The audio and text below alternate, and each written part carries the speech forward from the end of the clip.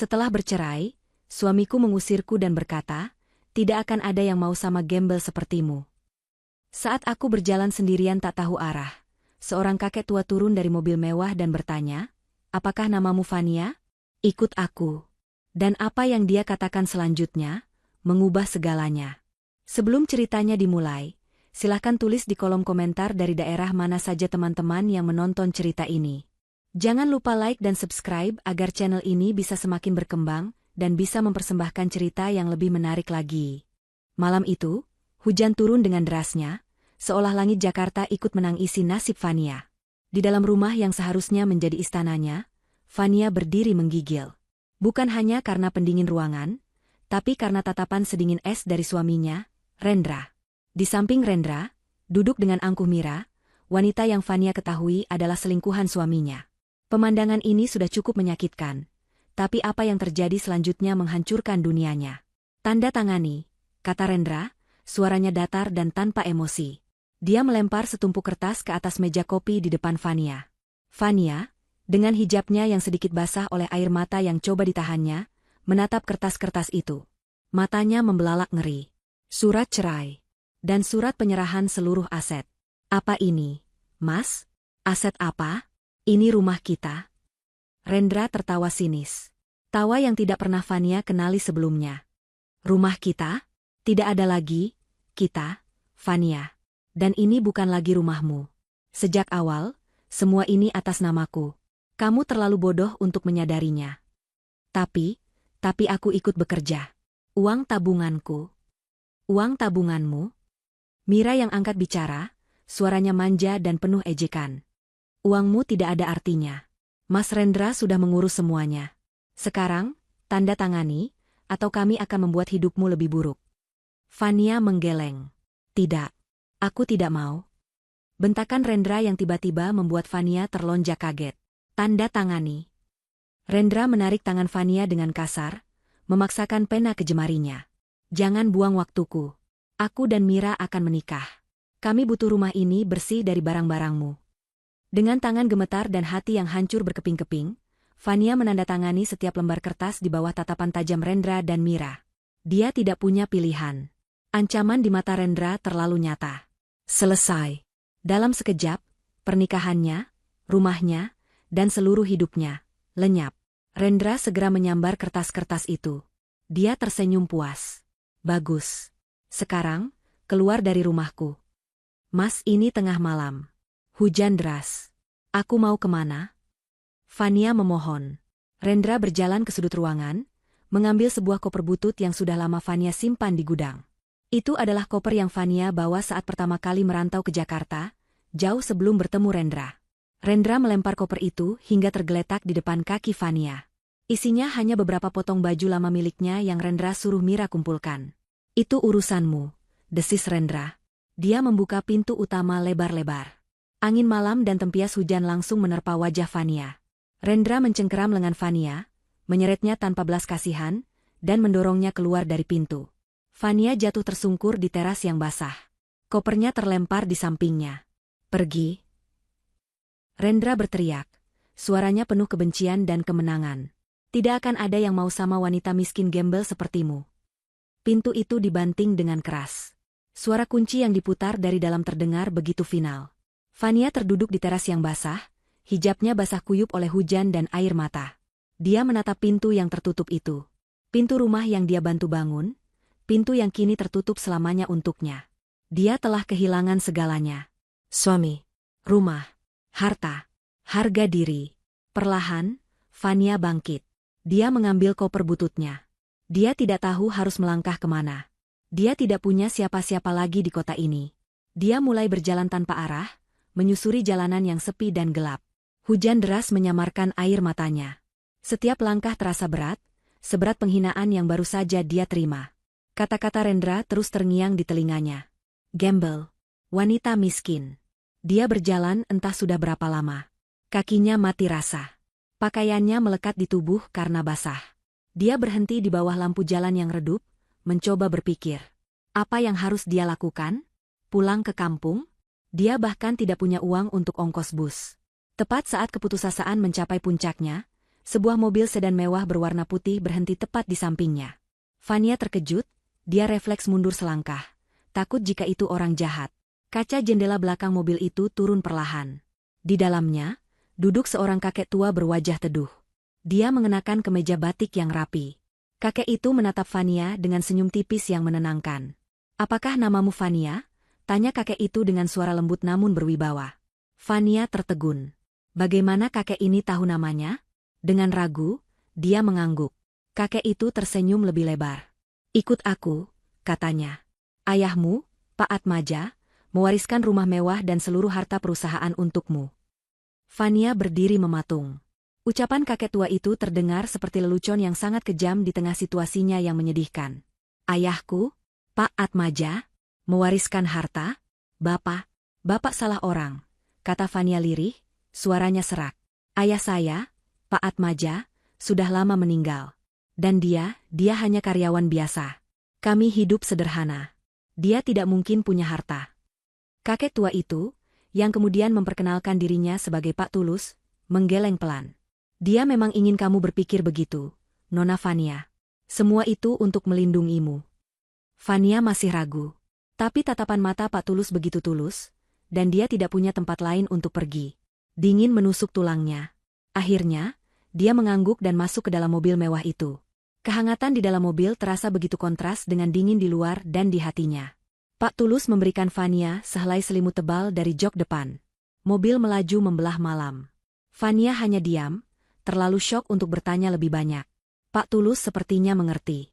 Dia tidak banyak bicara, hanya sesekali menunjuk ke arah Fania, bahwa mereka akan segera sampai ke tempat yang aman. Mereka tidak menuju ke sebuah rumah mewah, melainkan ke sebuah gedung perkantoran yang sangat tinggi dan modern di pusat kota. Pak Tulus membawanya ke sebuah kantor hukum di lantai atas. Kantor itu luar biasa mewah, tapi juga sangat privat. Setelah Fania diberi minuman hangat dan pakaian kering sederhana yang tampaknya sudah disiapkan, Pak Tulus duduk di hadapannya. "Fania," Pak Tulus memulai, "saya adalah pengacara pribadi ayahmu. Selama ini, saya yang mengurus semua asetnya." "Saya tidak mengerti, Pak. Aset apa?"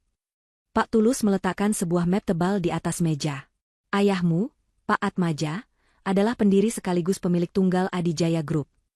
Mulut Fania ternganga. Adijaya Group? Itu adalah salah satu konglomerat terbesar di negara ini. Perusahaan yang cabangnya ada di mana-mana. Fania pernah mendengarnya. Bahkan Rendra pernah mengeluh betapa susahnya menembus tender di perusahaan itu. "Tidak mungkin," bisik Fania. "Ayah saya, dia bekerja di pabrik kecil." "Saya ingat itu." "Itu adalah samaran," jelas Pak Tulus. "Setelah ibumu meninggal, ayahmu mendapat ancaman serius dari pesaing bisnisnya. Dia takut keselamatanmu terancam. Jadi, dia menyembunyikan dirinya dan juga kamu. Dia menciptakan identitas baru sebagai karyawan biasa. Dia membiarkanmu tumbuh dalam kesederhanaan, jauh dari intrik dunia bisnis yang kejam. Dia ingin kamu hidup normal dan aman." Air mata Fania kembali mengalir, tapi kali ini bukan karena sedih. Ini adalah air mata kebingungan, haru, sekaligus rasa bersalah karena tidak tahu kebenaran tentang ayahnya. "Ayahmu sangat mencintaimu, Fania. Dia selalu mengawasimu dari jauh. Bahkan setelah dia meninggal, dia sudah mempersiapkan segalanya untukmu," lanjut Pak Tulus. Pak Tulus membuka map itu. Surat wasiat. Dalam surat wasiat ini, Pak Atmaja menyerahkan 100% kepemilikan Adijaya Group kepadamu. Rumah utama keluarga Atmaja. Dan semua aset pribadinya. Fania merasa kepalanya berputar. Dari seorang gembel yang diusir, dalam 1 jam dia menjadi seorang miliarder. Tapi, Pak Tulus mengangkat satu jari, "Ada satu syarat." Fania menahan napas. "Tentu saja ada syarat. Ayahmu ingin kamu mengambil alih posisimu. Kamu harus bersedia duduk sebagai direktur utama Adijaya Group." Fania langsung menggeleng. "Saya? Pak, saya tidak bisa. Saya tidak tahu apa-apa tentang bisnis. Saya hanya..." "Ayahmu percaya padamu. Dia bilang, kamu memiliki insting yang kuat dan hati yang bersih. Sesuatu yang langka di dunia bisnis. Kamu akan didampingi oleh saya dan tim yang sudah disiapkan ayahmu." Fania bimbang. Ini terlalu besar. Terlalu berat. Pak Tulus menatapnya dengan tatapan serius. "Dan apa yang dia katakan selanjutnya mengubah segalanya," kata Pak Tulus, suaranya sedikit bergetar. "Fania, Wasiat ini memiliki klausa waktu yang sangat spesifik. Maksud Bapak? Wasiat ini baru bisa diaktifkan dan diberitahukan kepadamu setelah kamu resmi bercerai, dan tidak lagi memiliki ikatan hukum apapun dengan Rendra. Dunia Fania seakan berhenti berputar untuk kedua kalinya malam itu. Ayah tahu Rendra? Ternyata, ayahmu tahu Rendra akan melakukan ini, Pak Tulus berkata dengan nada getir. Ayahmu tahu siapa Rendra sebenarnya. Dia tahu Rendra adalah putra dari musuh bebuyutannya. Musuh yang sama yang dulu mengancam ayahmu. Fania tidak bisa bernapas. Keluarga Rendra sengaja menyusupkan Rendra ke dalam hidupmu, Fania. Mereka tahu kamu adalah satu-satunya kelemahan Pak Atmaja, meskipun kamu hidup sederhana. Mereka berencana membuatmu menikah dengannya, lalu di saat yang tepat, mereka akan menghancurkanmu. Mereka ingin membuatmu menderita, dan melalui dirimu, mereka ingin menghina warisan Pak Atmaja. Jadi pernikahan saya, cinta Rendra, semuanya bohong? Itu adalah sebuah skenario balas dendam yang keji, tegas Pak Tulus. Dan ayahmu tahu. Dia tidak bisa menghentikan pernikahanmu tanpa membuka identitasnya dan membahayakan kalian berdua. Jadi, dia melakukan hal terbaik yang dia bisa. Dia menyusun wasiat ini. Dia menunggu Rendra menunjukkan warna aslinya. Dia menunggu Rendra membuangmu saat kamu tidak punya apa-apa. Kenapa? Kenapa menunggu saya sehancur ini? Tanya Fania, hatinya perih. Karena ayahmu tahu, hanya saat kamu berada di titik terendah, kamu akan memiliki kekuatan terbesar untuk bangkit. Dan dia ingin memastikan, saat kamu bangkit, Rendra tidak mendapatkan sepeser pun dari harta warisanmu. Pak Tulus kemudian mengeluarkan sesuatu dari laci mejanya. Sebuah foto lama yang sedikit kusam. Lihat ini. Fania mengambil foto itu. Itu adalah foto sebuah acara perusahaan, bertahun-tahun lalu. Di situ ada ayahnya, Pak Atmaja, tampak gagah dan berwibawa, sedang berbicara di podium. Tapi di barisan tamu, Fania melihat pemandangan yang membuatnya mual. Di sana, seorang Rendra yang jauh lebih muda, mungkin masih remaja, berdiri di samping ayahnya. Keduanya menatap Pak Atmaja di podium. Bukan dengan kekaguman, tapi dengan tatapan penuh kebencian yang murni. Semua kepingan teka-teki itu kini menyatu. Pengkhianatan Rendra bukan hanya soal perselingkuhan dan keserakahan. Ini jauh lebih dalam. Ini adalah dendam lama yang terencana. Fania meletakkan foto itu. Air matanya sudah kering. Rasa sakit hatinya berubah menjadi sesuatu yang lain. Sesuatu yang dingin, tajam, dan kokoh. Itu adalah tekad. Dia menatap Pak Tulus. Saya terima syarat itu, kata Fania, suaranya tidak lagi bergetar. Kapan saya mulai bekerja? Mobil mewah itu membawa Fania ke sebuah kawasan elit yang bahkan tidak pernah Fania mimpikan. Mereka melewati gerbang keamanan yang tinggi, menyusuri jalan pribadi yang dinaungi pepohonan rindang, dan berhenti di depan sebuah mansion yang lebih mirip istana modern. Bangunan itu berdiri kokoh, megah, dengan arsitektur yang memadukan kemewahan dan keanggunan. Ini rumah ayah saya? Fania bertanya dengan suara tercekat. Ini rumahmu, Nona Fania, jawab Pak Tulus lembut. Dia membukakan pintu untuk Fania. Puluhan pelayan sudah berbaris rapi di lobi utama yang langit-langitnya tinggi. Mereka semua menunduk hormat. Selamat datang, Nona Fania. Fania, yang masih mengenakan pakaian kering pinjaman, merasa canggung. Ini adalah dunia yang benar-benar asing. Pak Tulus memanggil kepala pelayan dan memberi instruksi agar semua kebutuhan Fania dipenuhi. Fania diantar ke kamar utama, sebuah ruangan yang lebih besar dari seluruh apartemen sederhananya dulu. Hari-hari berikutnya adalah sebuah pusaran. Fania tidak punya waktu untuk berduka atas pengkhianatan Rendra. Pak Tulus benar-benar menjalankan pelatihan kilat. Transformasi Fania dimulai. Bukan hanya pakaian. Memang, lemari pakaiannya kini diisi oleh desainer ternama, hijab-hijab sutra terbaik, dan perhiasan warisan ibunya yang disembunyikan Pak Atmaja. Tapi transformasi sesungguhnya terjadi di dalam.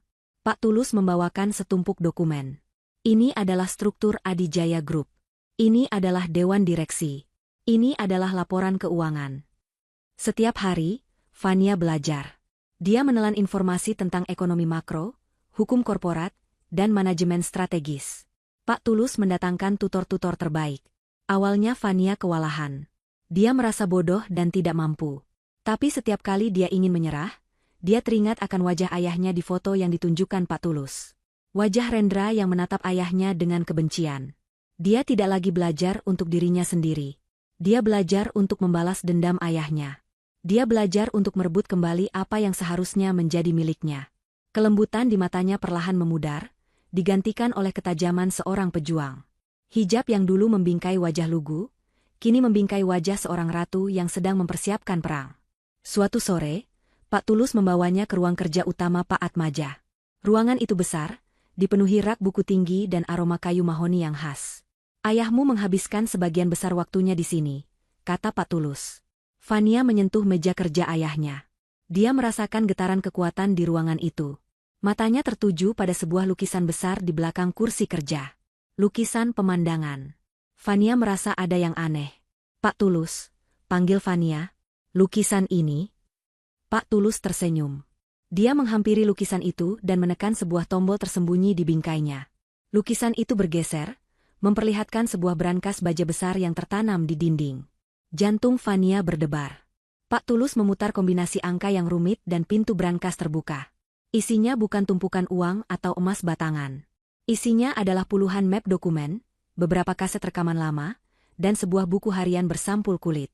"Apa ini?" tanya Fania. "Ini adalah amunisi yang disiapkan ayahmu," kata Pak Tulus. "Ayahmu tahu dia tidak akan hidup lama. Dia tahu keluarga Rendra meracuninya secara perlahan. Dia tidak bisa membuktikannya secara hukum saat itu, jadi dia mengumpulkan semua bukti kejahatan mereka yang lain." Fania membuka satu map. Isinya adalah bukti transfer, foto-foto pertemuan rahasia, dan rincian sabotase bisnis yang dilakukan ayah Rendra terhadap Adijaya Group bertahun-tahun lalu. Dia mengambil sebuah kaset. Itu adalah rekaman suara. Fania memutarnya. Terdengar suara ayah Rendra, mengancam Pak Atmaja. "Kamu pikir kamu bisa menang, Atmaja? Aku akan ambil semua yang kamu punya, bahkan jika itu membutuhkan waktu seumur hidupku. Aku akan hancurkan keluargamu." Fania mengepalkan tangannya. Kebencian Rendra ternyata adalah warisan. Sementara Fania mempersenjatai diri, di belahan kota lain, Rendra dan Mira sedang merayakan kemenangan mereka. Mereka menempati rumah yang dulu ditinggali Fania, membuang semua sisa barang Fania ke tempat sampah. "Akhirnya, Mas, kita berhasil." Mira bergelayut manja di leher Rendra, memegang gelas sampanye. "Sekarang kita kaya raya." Rendra tertawa. "Ini baru permulaan, sayang. Wanita bodoh itu mengira aku hanya mengambil rumah. Dia tidak tahu aku sudah menguras semua rekening gabungan kita. Semua aset atas namaku. Dia tidak punya apa-apa. Lalu, rencana kita selanjutnya apa, Mas?" Mata Rendra bersinar licik. Dia baru saja mendapat kabar dari mata-matanya di dalam Adijaya Group. Perusahaan itu tampak goyah setelah kematian Pak Atmaja, dan belum ada pewaris yang muncul. "Rencana kita," kata Rendra, "adalah mengambil alih Adijaya Group. Perusahaan itu sedang sekarat. Aku akan membelinya dengan harga murah. Itu akan menjadi penghinaan terakhir untuk Pak Atmaja yang sombong itu." Rendra, dengan kesombongan yang membuncah, memutuskan untuk mengumumkan rencananya secara besar-besaran. Dia yakin ini akan menaikkan namanya di dunia bisnis. Keesokan harinya, Rendra mengadakan konferensi pers di sebuah hotel mewah. Puluhan wartawan hadir. Dia berdiri di podium, mengenakan setelan jas termahalnya. Mira duduk di barisan depan, tersenyum bangga. "Selamat siang," Rendra memulai, suaranya penuh percaya diri. "Hari ini, saya, Rendra, atas nama perusahaan saya, dengan bangga mengumumkan penawaran resmi untuk mengakuisisi Adijaya Group." Para wartawan mulai berbisik. "Ini berita besar. Seperti yang kita tahu," lanjut Rendra, "Adijaya Group sedang goyah. Mereka tidak punya pemimpin. Saya di sini untuk menyelamatkan perusahaan itu dari kehancuran." Rendra sedang menikmati momennya. Dia tersenyum ke kamera. Tiba-tiba, layar besar di belakangnya, yang seharusnya menampilkan logo perusahaan Rendra, berkedip lalu mati.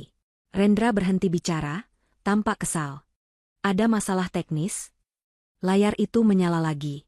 Tapi yang muncul bukan logo perusahaannya. Yang muncul adalah logo megah Adijaya Group. Semua wartawan terkejut. Lalu, di bawah logo itu, muncul sebuah pengumuman dengan huruf kapital yang tegas dan jelas. "Selamat datang, Direktur Utama baru kami, Nona Fania Atmaja." Wajah Rendra pucat pasi. Senyumnya membeku. Gelas sampahnya di tangan Mira jatuh ke lantai dan pecah berkeping-keping. Seluruh ruang konferensi pers meledak dalam kebingungan. Kamera wartawan berbalik, menyorot wajah Rendra yang syok berat. "Fania Atmaja? Nama itu, nama ayahnya Fania. Kabar pengumuman CEO baru Adijaya Group menyebar seperti api. Ruang rapat Dewan Direksi di kantor pusat Adijaya Group dilanda kepanikan. Para direktur senior berkumpul dalam rapat darurat. Mereka semua adalah orang-orang yang sudah lama mengabdi pada Pak Atmaja, tapi beberapa di antaranya mulai goyah. Siapa Fania Atmaja? Kenapa Pak Tulus tidak pernah memberitahu kita? Seorang direktur bertanya. Pak Dharma, direktur keuangan yang diam-diam menjadi mata-mata Rendra, terlihat paling gelisah. Namun dia mencoba menutupinya. Ini tidak masuk akal. Perusahaan sedang kritis. Penawaran Rendra adalah jalan keluar terbaik. Kita harus meyakinkan Pak Tulus untuk menjualnya. Menjual? Tanya direktur lain. Ini perusahaan Pak Atmaja. Kita tidak bisa menjualnya begitu saja. Lalu apa? Bentak Pak Dharma. Kita menunggu, pewaris misterius, yang tiba-tiba muncul ini, seorang wanita entah dari mana. Dia pasti tidak tahu apa-apa tentang bisnis. Suara-suara di ruangan itu mulai setuju dengan Pak Dharma. Mereka meremehkan nama Fania Atmaja. Mereka mengira Fania hanyalah seorang gadis muda yang beruntung, yang akan mudah mereka kendalikan. Tepat di puncak perdebatan mereka, pintu ruang rapat terbuka. Rendra menerobos masuk. Wajahnya merah padam karena marah dan bingung. Dia langsung menuju ke Pak Dharma. Dharma, apa-apaan ini? Siapa Fania Atmaja? Teriak Rendra. Dia tidak peduli lagi dengan sopan santun. Pak Dharma kaget melihat Rendra di sana. Rendra, tenang. Saya juga baru tahu. Ini pasti. Pasti apa? Penipuan? Aku sudah menawar perusahaan ini. Kalian tidak bisa melakukan ini padaku. Rendra menggebrak meja. Para direktur lain memandangnya ngeri. Anda tidak punya hak berada di sini, Tuan Rendra, kata seorang direktur senior. Aku punya hak. Aku calon pembeli. Saat itulah, pintu utama ruang rapat yang besar dan terbuat dari kayu jati itu terbuka lebar. Hening seketika. Fania melangkah masuk. Ini bukan Fania yang dikenal Rendra. Ini bukan wanita menangis yang dia usir di tengah hujan. Wanita yang masuk ke ruangan ini adalah Fania Atmaja. Dia mengenakan setelan kerja berwarna putih gading yang dipesan khusus, potongannya tegas dan sempurna membungkus tubuhnya. Hijabnya ditata rapi dan elegan dengan warna senada. Langkahnya mantap. Matanya dingin, tajam, dan tidak menunjukkan emosi sedikitpun. Dia menatap lurus ke depan, ke kursi kosong di ujung meja, kursi CEO. Di belakangnya, berjalan Pak Tulus, membawa tumpukan dokumen. Seluruh ruangan menahan napas. Para direktur terpesona sekaligus terintimidasi. Pak Dharma menelan ludah, keringat dingin mulai membasahi keningnya. Rendra adalah yang paling syok. Mulutnya ternganga. Dia menatap Fania dari ujung rambut sampai ujung kaki. Fania? Suara Rendra terdengar seperti cicitan. Dia tidak percaya dengan apa yang dilihatnya. Fania? Apa yang kamu lakukan di sini? Ini tidak mungkin. Kamu kan gembel. Rendra tertawa histeris, tawa yang terdengar panik. Fania akhirnya berhenti melangkah. Dia berdiri beberapa meter dari Rendra. Dia menoleh, menatap mantan suaminya itu seolah baru pertama kali melihatnya. Dia memandangnya dari atas ke bawah, seolah sedang menilai serangga yang menjijikan. Dia tidak berbicara pada Rendra. Dia menoleh ke Pak Tulus di sampingnya. Pak Tulus, kata Fania, suaranya tenang, jelas, dan bergema di ruangan yang hening itu. Siapa orang ini? Rendra membeku. Fania, ini aku. Rendra, suamimu. Fania mengangkat satu alisnya yang rapi. Suami? Saya tidak punya suami. Dia kembali menatap Rendra. Dan saya tidak kenal Anda. Anda terlihat seperti tersesat. Fania, jangan main-main. Hentikan omong kosong ini. Rendra mulai marah. Fania menekan tombol interkom di meja. Satpam. Tidak sampai 10 detik, 2 petugas keamanan bertubuh besar masuk ke ruangan. Nona Fania? Fania menunjuk Rendra dengan dagunya. Tolong keluarkan, gembel, ini dari ruang rapat saya. Dia berteriak-teriak dan mengganggu jalannya rapat dewan. Wajah Rendra berubah dari merah menjadi ungu. Gembel. Fania menggunakan kata itu. Kata-katanya sendiri. Fania, beraninya kamu. Kamu akan menyesal. Rendra meronta saat kedua satpam itu memegangi lengannya. Lepaskan aku. Aku Rendra. Aku akan membeli perusahaan ini. Kalian semua akan aku pecat. Tapi cengkeraman satpam itu terlalu kuat. Rendra diseret keluar dari ruang rapat, meninggalkan jejak teriakan dan sumpah serapah yang memalukan. Pintu ditutup. Ruangan kembali hening. Fania berjalan dengan tenang ke kursi utama di ujung meja. Dia duduk. Dia menatap satu persatu wajah direktur di hadapannya. "Selamat pagi," katanya. "Saya Fania Atmaja, pemilik baru dan direktur utama Adijaya Group." Para direktur, termasuk Pak Dharma, menunduk. Tidak ada lagi yang berani meremehkannya. "Sebagai tindakan pertama," lanjut Fania, "saya akan melakukan audit penuh terhadap seluruh departemen. Saya ingin laporan keuangan 5 tahun terakhir ada di meja saya besok pagi. Lengkap." Mata Fania tertuju tajam pada Pak Dharma saat dia mengucapkan kata, keuangan. Pak Dharma merasa seakan ditelanjangi. Fania kemudian menatap Pak Tulus. "Pak Tulus, tolong umumkan." Pak Tulus mengangguk. Sesuai perintah Nona Fania, semua negosiasi penjualan perusahaan secara resmi dibatalkan. Fania menambahkan kalimat terakhirnya, sebagai tembakan pembuka perang. "Dan bekukan semua kerjasama, semua kontrak, dan hentikan semua pembayaran yang sedang berjalan dengan perusahaan manapun yang terkait dengan siapapun nama pria tadi." Efek dari perintah Fania di ruang rapat hari itu terasa seketika. Di kantor Rendra, kekacauan meletus. Telepon berdering tanpa henti. Perusahaan Rendra, yang ternyata dibangun di atas fondasi rapuh berupa kontrak-kontrak yang dimanipulasi dari Adijaya Group, mulai retak dalam hitungan jam. Proyek terbesarnya, yang bahan bakunya dipasok oleh anak perusahaan Adijaya, berhenti total. Pembayaran yang dia harapkan untuk menutupi utang ke pemasok lain, dibekukan. "Apa maksudmu dibekukan?" Rendra berteriak di telepon pada manajer keuangannya. "Itu uangku. Aku sudah menyelesaikan pekerjaannya." Pihak Adijaya Group menyatakan ada audit internal. "Pak, semua pembayaran ke perusahaan kita ditahan sampai waktu yang tidak ditentukan. Dan, Pak, kontrak kita yang lain juga, mereka batalkan secara sepihak. Semuanya." Rendra melempar teleponnya ke dinding. Ponsel itu hancur berkeping-keping. Dia mencengkeram rambutnya, napasnya memburu. Ini tidak mungkin. Fania, wanita lugu yang dia buang itu, tidak mungkin bisa melakukan ini. Ini pasti ulah Pak Tulus. Namun, dia salah besar. Di Menshan Pak Atmaja, di dalam ruang kerja yang kini menjadi markasnya, Fania bekerja tanpa lelah. Dia tidak sedang berpesta merayakan kemenangan awalnya. Dia sedang merencanakan langkah berikutnya. Brankas warisan ayahnya kini terbuka di atas meja. Dokumen-dokumen, yang dulu hanya tumpukan kertas dendam, kini menjadi senjata di tangannya. "Pak Tulus, lihat ini," kata Fania, menunjuk sebuah dokumen. "Ayah Rendra berutang budi pada pemasok baja ini. Pemasok ini juga bekerja sama dengan kita. Saya mau, kita panggil mereka. Tawarkan kontrak eksklusif 2 kali lipat, dengan syarat mereka memutuskan semua hubungan dengan perusahaan Rendra." Pak Tulus tersenyum. "Itu langkah yang cerdas, Nona Fania. Tapi berisiko." "Risiko yang sudah diperhitungkan," jawab Fania dingin. "Ayah saya mengumpulkan ini bukan untuk disimpan. Ini untuk digunakan. Rendra memotong suplai kehidupanku. Aku akan memotong suplai udaranya." Selama seminggu berikutnya, Fania bergerak seperti ahli strategi perang. Dia tidak hanya menghentikan kerjasama. Dia secara aktif membajak seluruh ekosistem bisnis Rendra. Satu persatu, pemasok Rendra meninggalkannya.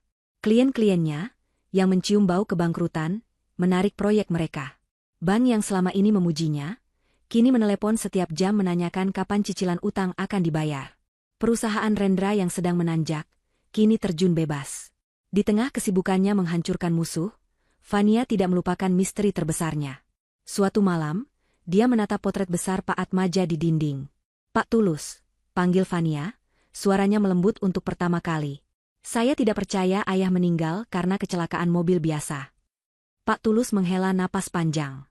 "Saya juga tidak pernah percaya, Nona, tapi polisi menutup kasusnya." Remblong. "Polisi bisa dibeli. Gunakan semua sumber daya Adijaya Group. Sewa detektif swasta terbaik. Buka kembali kasus itu. Saya mau tahu siapa yang menyabotase mobil ayah. Saya mau tahu siapa yang memberi perintah. Saya ingin mereka semua membayar." "Baik, Nona Fania. Akan saya laksanakan." Sementara itu, istana Rendra dan Mira mulai terasa seperti neraka. Uang tidak lagi mengalir masuk. Kartu kredit Mira ditolak saat dia mencoba berbelanja. Mobil mewah yang dia pamerkan, terancam ditarik oleh Leasing. Rendra, lakukan sesuatu. Mira menjerit, melempar tas bermereknya ke lantai. Aku tidak mau hidup seperti ini. Kamu bilang kamu hebat. Kamu bilang kamu akan mengambil alih Adijaya. Tapi apa? Kita dipermalukan oleh wanita gembel itu. Mantan istrimu yang berhijab itu, dia menertawakan kita. Rendra, yang biasanya arogan, kini terlihat putus asa. Dia sudah mencoba segala cara. Dia mencoba menyuap orang dalam Adijaya, tapi semua orang takut pada Fania. Dia mencoba mencari pinjaman, tapi namanya sudah masuk daftar hitam perbankan. Dia terpojok. Aku punya satu ide lagi, kata Rendra, matanya menyeratkan kelicikan. Apa? Tanya Mira curiga. Rendra mendekat, memegang bahu Mira. Kamu harus menemuinya. Apa? Aku? Menemui gembel itu? Tidak akan pernah. Dengar? Rendra mencengkeram bahu Mira lebih keras. Kamu wanita. Dia wanita. Kamu tahu kelemahannya. Dia mungkin terlihat tegar di luar, tapi di dalam, dia Fania yang sama. Yang cengeng dan pemaaf. Pergi temui dia. Menangis. Memohon. Katakan kamu menyesal. Katakan aku yang salah. Katakan apa saja. Buat dia merasa kasihan. Minta dia untuk menghentikan semua ini. Mira jijik dengan ide itu. Tapi dia lebih jijik dengan kemiskinan. Apa untungnya buatku? Jika dia berhenti, perusahaan kita selamat. Uang kita kembali. Bodoh. Keesokan harinya, Mira benar-benar datang ke lobi Adijaya Group. Dia datang tanpa riasan tebal, mengenakan pakaian sederhana, dan mencoba memasang wajah paling menyedihkan yang dia bisa. Dia menangis di depan resepsionis, memohon untuk bertemu Fania. Fania, yang melihatnya dari CCTV di ruangannya, tersenyum tipis. Biarkan dia naik. Mira masuk ke ruangan Fania. Ruangan CEO yang megah itu membuatnya merasa kerdil.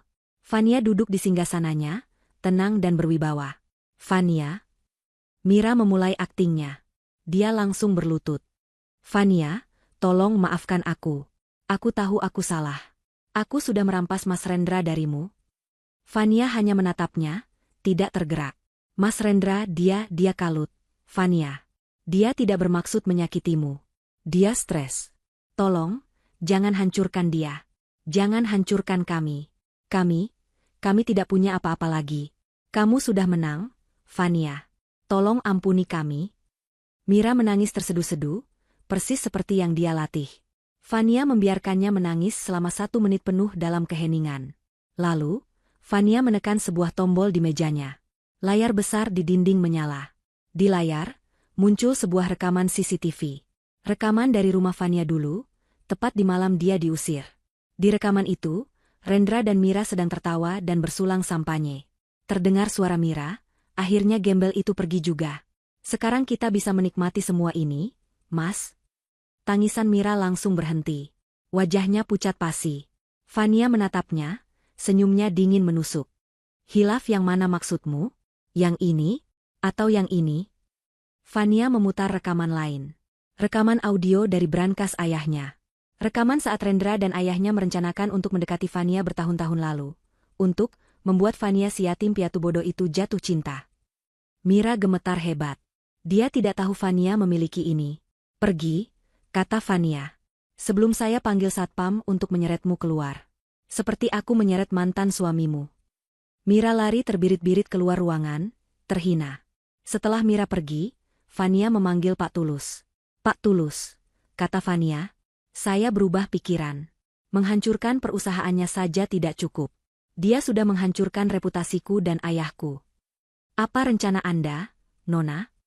Kirimkan rekaman perselingkuhan Rendra dan Mira yang baru saja saya tunjukkan. Kirimkan ke semua sisa mitra bisnis Rendra yang masih ragu. Kirimkan ke seluruh dewan direksi perusahaan mereka. Biar semua orang tahu, karakter asli dari pria yang mereka ajak berbisnis. Fania bersandar di kursinya. Ini bukan lagi hanya soal balas dendam. Ini soal keadilan. Dan dia baru saja memulai. Audit penuh yang diperintahkan Fania akhirnya selesai. Hasilnya lebih buruk dari yang dibayangkan. Laporan setebal kamus itu diletakkan di meja Fania. Pak Tulus menunjuk satu bagian. Seperti yang Anda duga, Nona Fania. Ada kebocoran besar selama 5 tahun terakhir. Dan semuanya mengarah ke satu orang. Pak Dharma. Fania mengangguk. Dia sudah menduganya. Laporan itu merinci bagaimana Pak Dharma, sebagai direktur keuangan, telah memanipulasi laporan, menyetujui kontrak-kontrak fiktif, dan mengalirkan dana jutaan dolar dari Adijaya Group ke perusahaan-perusahaan cangkang yang ternyata bermuara ke rekening pribadi Rendra. Ini adalah pengkhianatan di level tertinggi. Rapat umum pemegang saham akan kita adakan minggu depan, kata Fania tegas. Baik, Nona. Saya akan siapkan materinya. Dan satu hal lagi, Pak Tulus, tambah Fania. Kirimkan undangan resmi ke Rendra. Pak Tulus terkejut. Mengundang Rendra? Nona, untuk apa? Dia bukan pemegang saham. Dia musuh. Fania tersenyum tipis. Justru karena dia musuh, saya akan memberinya satu panggung terakhir. Saya tidak hanya ingin dia jatuh, Pak Tulus. Saya ingin seluruh dunia melihat dia jatuh. Dan saya ingin dia tahu, saya yang mendorongnya. Di tempat lain, Rendra menerima undangan tebal berwarna emas dari Adijaya Group. Dia membukanya dengan tangan gemetar. Undangan rapat umum pemegang saham. Dan di bagian bawah, ada catatan pribadi yang ditulis tangan oleh Fania, ditunggu kehadiranmu. Ada hal penting yang perlu kita diskusikan secara damai. Wajah Rendra yang muram langsung bersinar. Damai? Dia menulis damai. Mira, yang sedang mengepak barang-barang mereka untuk pindah ke apartemen sewaan yang jauh lebih kecil, menatapnya sinis. Kamu bodoh? Dia baru saja menghancurkan reputasimu. Dia mengirim video kita ke semua orang. Dan kamu pikir dia mau damai? Kamu yang tidak mengerti. Rendra membentak, arogansinya kembali. Dia masih mencintaiku. Aku tahu itu. Semua ini, serangan ini, hanya taktik agar aku kembali padanya. Dia ingin aku memohon. Dia ingin aku berlutut. Dan sekarang, dia sadar dia sudah keterlaluan. Dia ingin negosiasi. Gembel itu tidak bisa hidup tanpaku. Sementara itu, Pak Dharma yang panik, segera menemui Rendra secara rahasia. Audit itu telah membuatnya terpojok. Rendra, kita habis, kata Pak Dharma, wajahnya pucat dan berkeringat. Dia tahu. Fania tahu semuanya. Laporan audit itu membongkar semua yang kita lakukan. Tenang, kata Rendra, merasa di atas angin. Dia mengundangku ke RUPS. Dia mau berdamai. Berdamai? Pak Dharma menatapnya seolah Rendra sudah gila. Dia akan menyerahkan kita ke polisi. Tidak jika kita menyerangnya lebih dulu, kata Rendra licik. Kamu masih di dalam. Kamu siapkan sabotase. Ganti materi presentasinya. Matikan mikrofonnya. Lakukan apa saja untuk membuatnya terlihat bodoh di depan pemegang saham. Saat dia panik, aku akan masuk sebagai penyelamat. Aku akan mengambil alih panggung. Hari RUPS tiba. Ballroom Hotel Bintang 5 itu penuh sesak. Para pemegang saham, eksekutif, dan beberapa wartawan khusus telah berkumpul. Ada bisik-bisik tegang di udara. Semua orang ingin melihat CEO baru yang misterius dan kejam ini. Rendra datang, mengenakan setelan terbaiknya yang tersisa, berusaha terlihat percaya diri. Dia duduk di barisan depan, seolah dia adalah tamu kehormatan. Pak Dharma duduk di meja dewan, wajahnya tegang, tangannya terus-menerus mengelap keringat di telapak tangannya. Lampu meredup. Fania melangkah ke atas panggung. Dia mengenakan pakaian berwarna merah marun yang kuat, dengan hijab yang serasi. Dia memancarkan aura kekuasaan yang tak terbantahkan. Selamat pagi, para pemegang saham, dewan direksi, dan para tamu. Fania memulai, suaranya tenang dan jelas. Hari ini, kita tidak hanya akan membahas angka-angka. Hari ini, kita akan membahas tentang kebersihan. Rendra tersenyum miring. Dia memberi isyarat pada Pak Dharma. Pak Dharma mengangguk. Fania melanjutkan, selama sebulan terakhir, kami telah melakukan audit internal menyeluruh. Tepat saat Fania berbicara, layar besar di belakangnya, yang seharusnya menampilkan grafik, tiba-tiba mati. Mikrofon Fania juga mati. Hening. Pak Dharma tersenyum tipis. Rendra bersiap untuk berdiri. Tapi Fania tidak panik. Dia bahkan tidak goyah. Dia hanya tersenyum ke arah Pak Dharma. Sepertinya ada sedikit gangguan teknis, katanya. Suaranya tetap terdengar jelas ke seluruh penjuru ruangan tanpa mikrofon. Tapi tidak masalah. Fania menjentikkan jarinya. Tiba-tiba, dari pengeras suara darurat di langit-langit, yang tidak bisa dikendalikan Pak Dharma, terdengar sebuah rekaman audio. Itu adalah suara Rendra. Pergi. Tidak akan ada yang mau sama wanita miskin gembel sepertimu. Seluruh ruangan terkesiap. Rendra membeku di kursinya. Wajahnya pucat pasi. Itu adalah suara teriakannya di malam dia mengusir Fania. Audio pertama, kata Fania, adalah tentang karakter. Layar di belakangnya tiba-tiba menyala lagi, tapi bukan menampilkan materi RUPS. Layar itu menampilkan rekaman CCTV tersembunyi. Rekaman dari sebuah restoran mahal. Di rekaman itu, terlihat Pak Dharma sedang menerima sebuah koper besar dari orang suruhan Rendra. Wajah Pak Dharma berubah seputih kertas. Itu fitnah. Itu rekayasa. Dia berteriak, berdiri dari kursinya. Rekaman kedua, lanjut Fania, seolah tidak mendengar Pak Dharma. Adalah tentang pengkhianatan. Bukti Tuan Dharma menerima suap untuk memanipulasi kontrak Adijaya Group. Rendra ikut berdiri. Fania, hentikan. Kamu menjebakku. Dan yang terakhir, Fania menekan tombol di remotenya. Layar berganti, menampilkan diagram alir yang rumit. Diagram yang menunjukkan aliran dana dari Adijaya Group, melalui perusahaan cangkang Pak Dharma, dan berakhir di rekening bank pribadi Rendra. Adalah tentang pencurian, kata Fania. Bukti bagaimana Tuan Rendra dan Tuan Dharma bersekongkol merampok perusahaan ini selama bertahun-tahun. Jauh sebelum ayah saya wafat. Ruangan itu meledak dalam kekacauan. Para pemegang saham berteriak marah. Panggil polisi. Tangkap mereka. Rendra panik. Dia menoleh ke pintu keluar.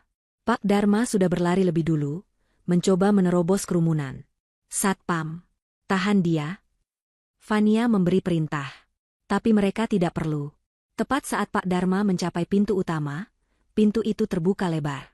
Di sana, berdiri beberapa petugas polisi berseragam lengkap. Nona Fania Atmaja, tanya komandan polisi itu. Fania menunjuk ke panggung kekacauan di bawahnya. Mereka, Pak, Tuan Dharma, dan Tuan Rendra. Tangkap mereka atas pencurian, penggelapan dana, dan penipuan. Polisi bergerak cepat.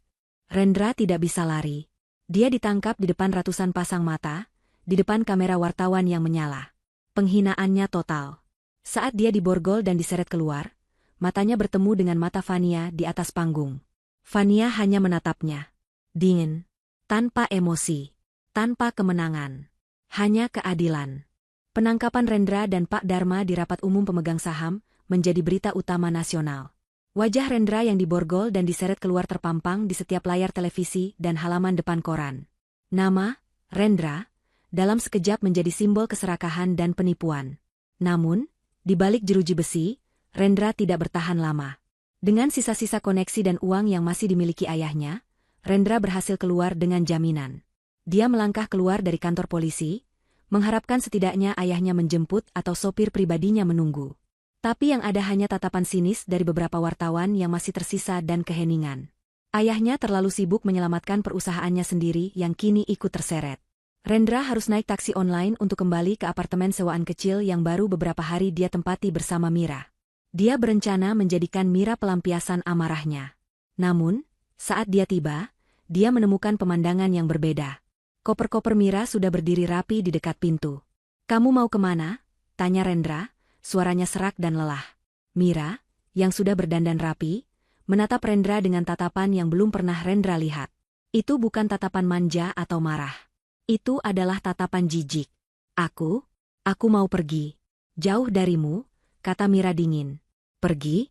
Kamu mau meninggalkanku? Setelah semua ini? Rendra tertawa getir. Kamu tidak bisa hidup tanpaku, Mir. Mira tertawa. Tawa yang singkat dan penuh penghinaan. Hidup tanpamu? Rendra, lihat dirimu. Kamu sudah habis. Namamu hancur. Perusahaanmu bangkrut. Rekeningmu dibekukan oleh polisi. Kamu tidak punya apa-apa lagi. Ini hanya sementara. Rendra berteriak. Ayahku akan mengurus ini. Kita akan bangkit lagi. Aku tidak peduli. Mira balas berteriak. Aku mau hidup enak. Aku mau uang, mobil mewah, tas mahal. Aku mendekatimu karena kamu punya semua itu. Sekarang, kamu punya apa? Utang? Borgol? Rendra maju, mencoba memegang Mira, tapi Mira menepisnya dengan kasar. Jangan sentuh aku, desis Mira. Dia berjalan ke pintu, mengambil kopernya. Tepat sebelum dia membuka pintu, dia berbalik menatap Rendra, dari atas ke bawah. Rendra, dengan setelan jas yang sama yang dia kenakan saat ditangkap, kini terlihat kusam dan bau penjara. Dulu kamu bilang Fania gembel, kata Mira, suaranya menusuk. Sekarang lihat siapa yang gembel sebenarnya. Aku tidak sudi hidup dengan pria miskin gembel sepertimu. Pintu itu dibanting. Persis seperti Rendra membanting pintu di depan wajah Fania. Rendra terdiam. Kata-kata, gembel sepertimu, terngiang di telinganya. Dia jatuh terduduk di lantai apartemen yang sempit dan berdebu itu. Dia sendirian. Dikhianati. Ditinggalkan. Persis seperti yang dia lakukan pada Fania. Karma itu datang begitu cepat dan begitu telak. Di sisi lain kota, di mansion megahnya, Fania tidak sedang merayakan. Dia memenangkan pertempuran, tapi perang sesungguhnya belum selesai. Dia menatap laporan penangkapan Rendra di tabletnya tanpa ekspresi. Dia bebas dengan jaminan, kata Pak Tulus, yang berdiri di sampingnya. Aku tahu, jawab Fania. Dia bukan lagi ancaman. Dia hanya pion yang sudah dikorbankan. Aku ingin rajanya. Fania mematikan tabletnya. Dia berbalik menatap Pak Tulus. Ada satu hal yang masih mengganggu saya, Pak. Kenapa? Kenapa ayah melakukan ini semua? Kenapa dia membiarkan saya hidup dalam kebohongan? Kenapa dia menunggu saya dihancurkan Rendra dulu baru Bapak muncul? Pak Tulus menghela napas panjang. Ini adalah pertanyaan yang dia tunggu. Nona Fania, ada bagian terakhir dari wasiat yang belum saya sampaikan. Ini adalah bagian yang paling menyakitkan. Pak Tulus mengajak Fania duduk. Ayahmu, Pak Atmaja, tahu dia tidak akan hidup lama. Kematiannya bukan kecelakaan. Dan dia tahu siapa pelakunya. Jantung Fania serasa berhenti berdetak. Apa maksud Bapak? Ternyata, Pak Tulus berkata dengan suara pelan dan penuh duka, ayahmu tahu dia diracun. Perlahan-lahan. Selama bertahun-tahun. Oleh keluarga Rendra. Fania menutup mulutnya, menahan jeritan. Ayah Rendra adalah musuh bebuyutan ayahmu. Dia tidak bisa mengalahkan Pak Atmaja dalam bisnis secara adil. Jadi, dia menggunakan cara paling licik. Dia meracuni ayahmu sedikit demi sedikit. Pak Atmaja sadar saat semuanya sudah terlambat. Racun itu sudah merusak organnya. Kenapa? Kenapa dia tidak melapor ke polisi? Fania bertanya dengan suara gemetar. Dia sudah mencoba. Tapi mereka terlalu kuat. Buktinya terlalu lemah. Mereka menutupi jejak mereka dengan sangat rapi. Ayahmu tahu dia tidak akan menang di pengadilan. Dia tahu dia akan mati. Air mata Fania mulai mengalir deras. Jadi, lanjut Pak Tulus, dia membuat rencana. Rencana terakhir. Dia tidak bisa melawan secara hukum. Jadi, dia memutuskan untuk mempersiapkan senjata terbaiknya. Yaitu kamu, Fania. Fania menatap Pak Tulus, tidak mengerti. Ayahmu tahu keluarga Rendra tidak akan berhenti sampai mereka melihat warisan Atmaja hancur. Dia tahu mereka akan mengincarmu. Dia tahu mereka menyusupkan Rendra ke dalam hidupmu. Dia tidak bisa menghentikan pernikahanmu tanpa membongkar segalanya dan membahayakan nyawamu. Jadi, dia membiarkannya. Bisik Fania. Dia menyusun wasiat ini sebagai skenario perang. Syarat bahwa kamu harus bercerai dan tidak punya apa-apa bukanlah hukuman. Itu adalah pelatuk. Ayahmu tahu, Rendra akan serakah. Dia tahu Rendra akan membuangmu begitu dia pikir dia sudah mendapatkan segalanya. Ayahmu harus menunggu sampai kamu benar-benar terlepas dari Rendra secara hukum, agar Rendra tidak bisa menyentuh sepeserpun warisanmu. Dia harus menunggumu sampai di titik terendah. Agar aku punya alasan terkuat untuk bangkit. Fania menyelesaikan kalimat itu, matanya kini berkilat marah. Benar, kata Pak Tulus. Dia tidak mewariskanmu harta, Nona. Dia mewariskanmu sebuah misi. Dia memberimu amunisi. Brankas itu, dokumen-dokumen itu. Dan dia memberimu motivasi.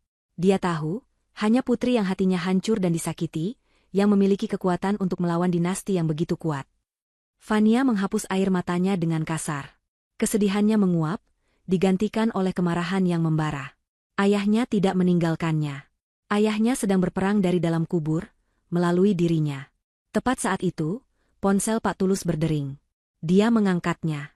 Itu adalah detektif swasta yang disewa Fania untuk menyelidiki kecelakaan Pak Atmaja.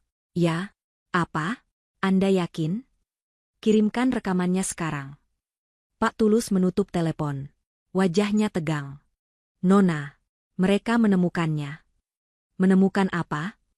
Rekaman CCTV lama dari sebuah restoran, dekat lokasi, kecelakaan, mobil ayahmu. Rekaman yang selama ini hilang dari arsip polisi. Rekaman itu menunjukkan, 1 jam sebelum kecelakaan, mobil ayah Rendra terlihat di bengkel kecil tempat mobil ayahmu diservis hari itu. Dan rekaman lain dari lobi rumah sakit beberapa minggu sebelumnya menunjukkan ayah Rendra menyamar sebagai petugas kebersihan, memberikan sebotol minuman kepada ayahmu. Itu dia. Bukti yang selama ini dicari. Bukan lagi kecelakaan. Ini adalah pembunuhan berencana. Dengan bukti baru di tangan, Fania tidak lagi bergerak dalam bayang-bayang. Dia tidak lagi puas hanya dengan menjatuhkan Rendra, si pion yang kini tidak berdaya. Dia mengarahkan seluruh kekuatan Adijaya Group pada sang raja, ayah Rendra.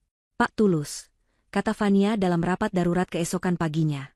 Saya tidak mau ini hanya menjadi kasus hukum. Saya mau ini menjadi eksekusi publik. Gunakan firma hukum terbaik di negara ini. Ajukan tuntutan pidana atas pembunuhan berencana terhadap Pak Atmaja. Dan tuntutan perdata atas kerugian perusahaan. Baik, Nona. Dan siapkan konferensi pers besar-besaran, tambah Fania. Saya sendiri yang akan bicara. Saya mau seluruh dunia tahu bahwa pria yang mereka hormati sebagai pengusaha sukses, itu adalah seorang pembunuh berdarah dingin yang meracuni sahabatnya sendiri demi bisnis. Perang itu meletus di semua lini. Firma hukum Fania membongkar kasus lama Pak Atmaja. Rekaman CCTV yang ditemukan menjadi berita utama. Para saksi yang dulu diam karena takut, kini mulai berani buka suara setelah melihat Adijaya Group ada di belakang mereka. Konferensi pers Fania mengguncang dunia bisnis. Fania berdiri di podium, hijabnya hitam tanda berkabung sekaligus tanda perang. Dia menceritakan semuanya. Tentang ayahnya, tentang racun, tentang Rendra yang disusupkan, tentang pengusiran dirinya. Dia berbicara dengan tenang, tapi setiap katanya menusuk tajam. Dia bukan lagi Fania si korban. Dia adalah Fania sang penuntut keadilan. Imperium bisnis keluarga Rendra, yang sudah goyah karena ulah Rendra, kini hancur lebur. Begitu tuduhan pembunuhan muncul, para investor melarikan diri. Bank-bank serempak menarik semua pinjaman. Saham perusahaan mereka anjlok menjadi nol.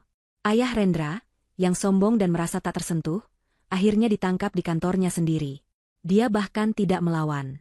Dia sudah tahu dia kalah. Fania telah membalaskan dendam ayahnya. Dia telah membersihkan nama Pak Atmaja.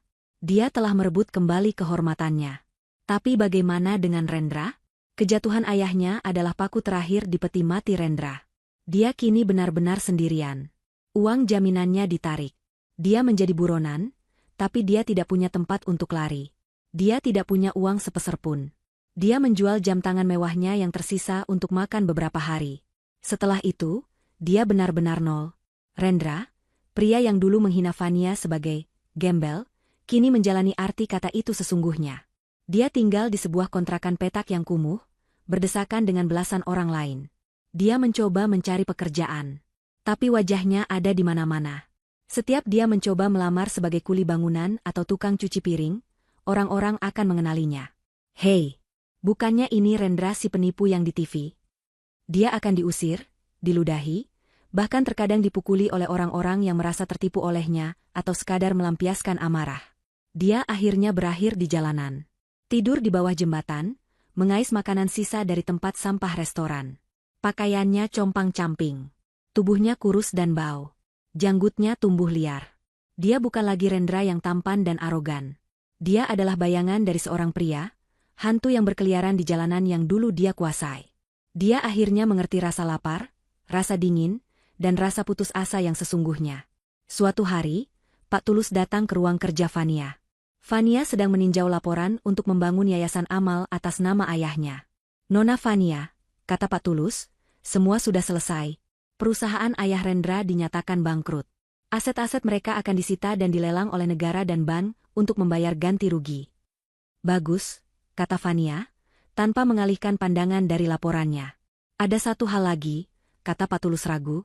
Aset pribadi Rendra yang dulu dia beli menggunakan uang Anda, rumah yang dulu Anda tinggali bersamanya, akan dilelang oleh bank minggu depan. Fania berhenti menulis. Rumah itu, simbol dari pernikahannya yang palsu. Simbol dari penghinaan terbesarnya. Tempat di mana dia didorong keluar di tengah malam. Fania menatap Pak Tulus.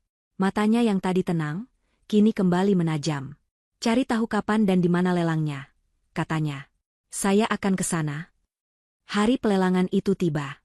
Cuaca mendung, seolah alam bersiap menyaksikan babak akhir sebuah tragedi.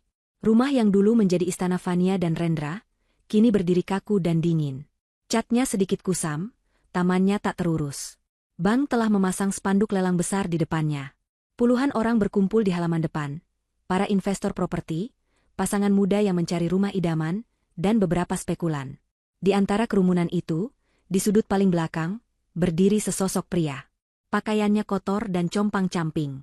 Janggutnya tumbuh liar, rambutnya gimbal tak terurus, dan bau asam keringat menusuk hidung siapa saja yang berani mendekat. Tidak ada yang mengenali sosok itu. Tidak ada yang tahu bahwa gembel itu adalah Rendra, sang mantan pemilik rumah yang angkuh.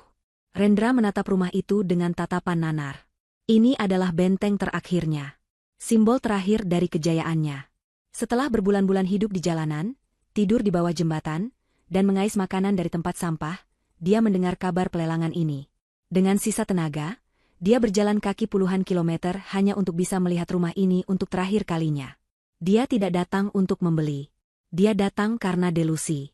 Jauh di dalam hatinya yang hancur, dia masih berhayal. Mungkin akan ada keajaiban.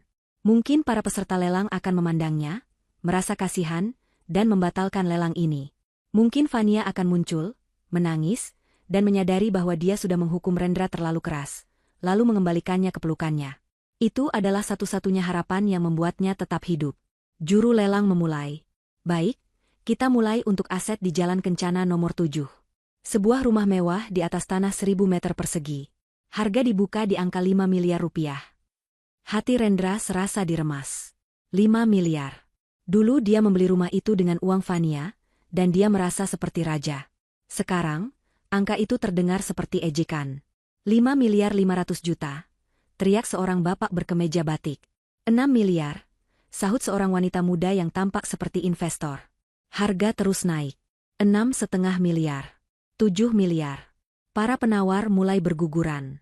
Rendra menyaksikan setiap kenaikan harga seperti palu godam yang menghantam dadanya. Itu rumahku. Itu milikku. Dia ingin berteriak, tapi suaranya tercekat di tenggorokan. Dia hanya gembel. Siapa yang akan mendengar gembel? Tinggal 2 penawar serius. Tawar-menawar berlangsung alot. 8 miliar 100 juta. 8 miliar 200 juta. Penawar pertama tampak berpikir. Juru lelang mengangkat palunya. 8 miliar 200 juta sekali. 8 miliar 200 juta 2 kali. Rendra menutup matanya. Habis sudah. Harapannya, hidupnya, segalanya. Saya tawar 3 kali lipat. Tunai. Suara itu tidak keras. Tapi suara itu tenang, dingin, dan penuh kuasa. Suara itu membelah kerumunan seperti pisau tajam. Seluruh ruangan terdiam. Semua orang, termasuk juru lelang yang palunya terhenti di udara, menoleh ke sumber suara. Rendra membuka matanya. Di gerbang utama, di samping sebuah mobil sedan putih mengkilap yang Rendra kenali sebagai mobil Pak Tulus, berdirilah Vania. Dia mengenakan setelan celana panjang berwarna hitam pekat. Hijabnya berwarna senada, membingkai wajahnya yang tenang. Dia tidak menatap kerumunan. Dia tidak menatap juru lelang. Dia hanya menatap lurus ke rumah itu. Pak Tulus berdiri selangkah di belakangnya, memegang koper kerja. Juru lelang tergagap. Maaf, Nona. Maksud Anda, 3 kali lipat dari harga awal? Atau harga? 3 kali lipat dari tawaran terakhir Anda. Potong Vania, suaranya tetap datar. 8 miliar 200 juta, dikalikan 3. Itu sekitar 24 miliar 600 juta. Tunai. Pak Tulus melangkah maju dan membuka koper kerja itu, menunjukkan kepada panitia lelang sebuah cek manajer yang sudah ditandatangani dan surat bank.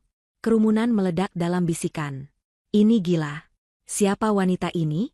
Membeli rumah seharga 8 miliar dengan harga hampir 25 miliar? Tunai? Ini bukan membeli, ini adalah pernyataan. 2 penawar terakhir tadi langsung menggelengkan kepala dan mundur. Mereka tidak bisa bersaing dengan level kegilaan ini. Juru lelang, yang wajahnya berkeringat, dengan cepat menemukan suaranya kembali. Dia tidak peduli alasannya, yang penting komisinya akan meroket. 24 miliar 600 juta rupiah. Sekali, 2 kali, dan terjual. Kepada Nona. Fania Atmaja, kata Pak Tulus tegas. Nama itu, nama yang menghantui Rendra siang dan malam. Fania tidak menunggu. Dia bahkan tidak melihat ke arah juru lelang. Begitu palu diketuk, dia berbalik badan dan berjalan kembali menuju mobilnya, seolah urusannya telah selesai.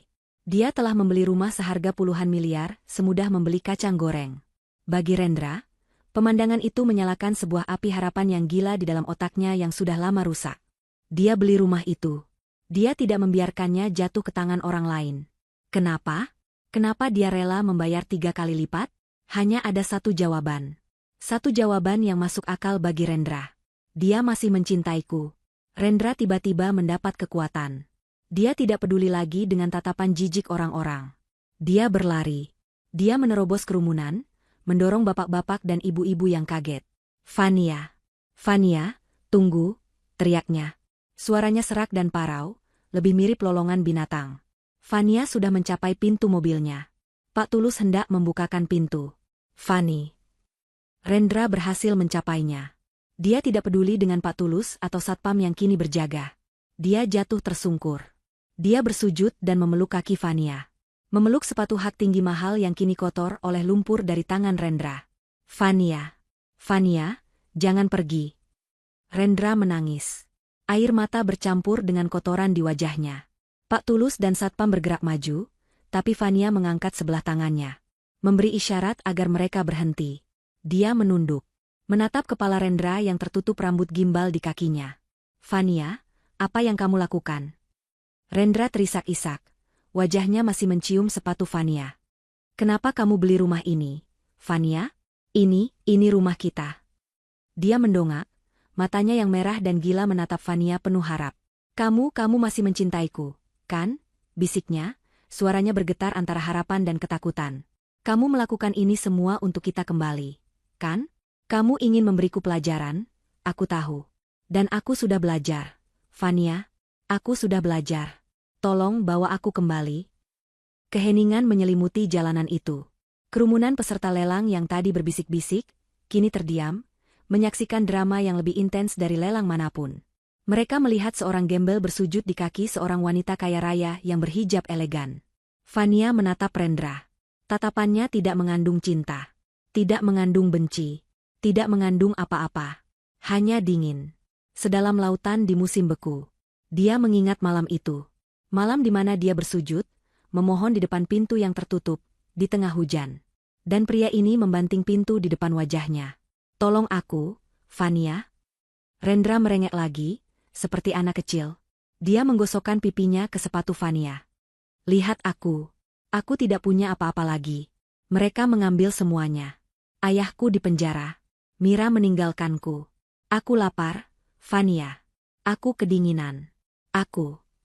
Rendra menelan ludahnya, lalu mengucapkan kata-kata itu. Kata-kata yang menjadi kutukannya. Aku gembel sekarang, Fania. Aku gembel. Dia menatap Fania, mengharapkan belas kasihan. Mengharapkan Fania akan menariknya berdiri, memeluknya, dan mengatakan semuanya akan baik-baik saja. Fania tetap diam. Perlahan, sangat perlahan, dia menggerakkan tangannya ke tas tangannya yang mahal. Mata Rendra berbinar. Harapan itu meledak di dadanya. Dia akan memberiku uang. Dia akan memberiku kartu kredit. Dia akan membawaku pulang. Fania membuka tasnya. Dia mengeluarkan dompet kulitnya yang ramping. Rendra menahan napas. Fania membuka dompet itu. Dia tidak mengambil kartu. Dia mencari ke kompartemen koin dan uang receh. Jari-jarinya yang terawat, mengeluarkan selembar. Bukan selembar uang 100.000. Bukan 50.000. Selembar uang ribuan. Kotor dan lecek. Mungkin uang kembalian parkir. Rendra menatap uang itu, bingung. Fania memegang uang ribuan itu di antara jari telunjuk dan jari tengahnya. Dia tidak memberikannya ke tangan Rendra. Dia menjatuhkannya. Selembar uang itu melayang pelan, berputar di udara, sebelum mendarat di atas aspal yang kotor, tepat di antara kedua lutut Rendra. Kemudian, Fania berbicara. Suaranya tenang, jelas, dan terdengar oleh semua orang di keheningan itu. Pergi. Rendra mendongak. Kebingungan di wajahnya berganti menjadi kengerian. Tidak akan ada yang mau, Fania melanjutkan, menggemakan setiap kata yang Rendra ucapkan padanya malam itu, sama pria miskin gembel sepertimu. Waktu seakan berhenti. Rendra menatap uang ribuan itu. Lalu menatap wajah Fania. Delusi di matanya akhirnya pecah. Hancur berkeping-keping. Dia akhirnya sadar. Ini bukan penyelamatan. Ini bukan cinta. Ini adalah eksekusi. Dia tidak membeli rumah itu untuk mereka. Dia membelinya agar Rendra tidak akan pernah bisa memilikinya. Dia rela membayar 3 kali lipat hanya untuk menunjukkan betapa Rendra tidak ada harganya. Uang ribuan itu adalah penghinaan terakhir. Penutup dari segalanya. Tidak. Rendra mulai menggeleng. Tidak. Fania, jangan. Fania berbalik. Dia tidak menoleh lagi. Dia membersihkan bagian sepatunya yang tadi dipegang Rendra ke trotoar, lalu melangkah masuk ke dalam mobil. Pak Tulus menutup pintu dengan hormat. Fania AA. Rendra menjerit. Jeritan itu bukan lagi jeritan harapan. Itu adalah jeritan jiwa yang hancur. Jeritan pria yang menyadari bahwa dia telah kehilangan segalanya. Selamanya, karena kesombongannya sendiri. Fania AA. Jangan tinggalkan aku. Tidak AA. Mobil putih itu melaju pelan. Di dalam mobil, Fania menatap lurus ke depan. Pak Tulus duduk di kursi penumpang depan. Sopir menyetir dengan tenang. Kita mau kemana, Nona Fania? Pak Tulus bertanya lembut. Fania menatap rumah itu sekali lagi lewat spion. Rumah yang menjadi saksi cintanya yang tulus, dan pengkhianatan yang paling keji. Bakar rumah itu, kata Fania. Sopir itu sedikit terbatu kaget. Pak Tulus menoleh, menatap Fania. Nona? Hubungi tim, kata Fania, suaranya tidak bergetar. Saya tidak mau merenovasinya. Saya mau rumah itu rata dengan tanah. Bakar semua kenangan buruk di dalamnya. Saya tidak mau ada satupun jejak Rendra yang tersisa di dunia ini. Pak Tulus terdiam sesaat, lalu dia tersenyum. Sebuah senyum tulus yang jarang terlihat. Lalu tanahnya, Nona? Fania akhirnya tersenyum tipis. Senyum pertama yang terlihat tulus hari itu. Tanahnya akan kita gunakan. Di atas neraka itu, kita bangun panti asuhan. Atas nama almarhum ayah dan ibu saya. Biarlah tempat yang penuh kebencian itu menjadi sumber cinta kasih bagi anak-anak yang membutuhkan. Pak Tulus mengangguk. Sebuah perintah yang sangat bijaksana, Nona Fania. Almarhum Pak Atmaja pasti sangat bangga. Mobil itu terus melaju, meninggalkan kawasan itu. Di kaca spion, Fania masih bisa melihat bayangan kabur Rendra. Sosok pria yang meraung putus asa di tengah jalan, memukuli aspal, dan mencengkeram selembar uang ribuan yang kotor. Fania akhirnya memalingkan wajahnya dari spion. Dia menatap ke depan, ke jalanan yang terbentang luas. Dia kini bebas. Kaya. Kuat, dan memegang kendali penuh atas takdirnya. Keadilan untuk ayahnya, dan untuk dirinya sendiri, telah tuntas.